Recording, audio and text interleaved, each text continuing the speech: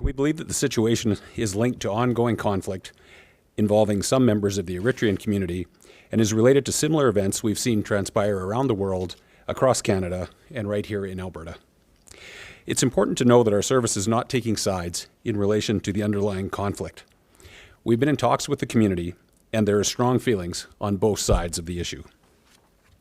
It's also important to know that there are individuals and families who simply wanted to attend a cultural event and had no intention of bothering anybody else and did not want to be bothered themselves.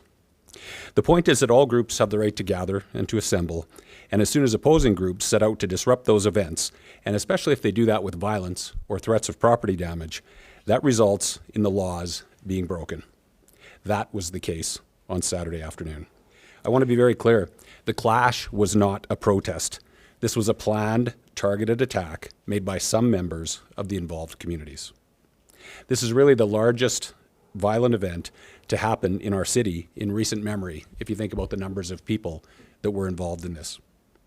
We are actively investigating this incident, and we will hold those responsible for the criminal activity that took place there. When we're talking about bringing, rocks and bricks and that type of thing and throwing them at other people and putting them in the hospital, I think there should be some serious repercussions for that. In terms of, I don't know the individuals involved, the backgrounds of the individuals involved who ended up breaking car windows or whatever.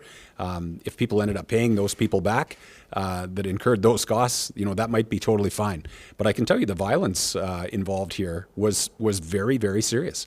And all you have to do is watch the video.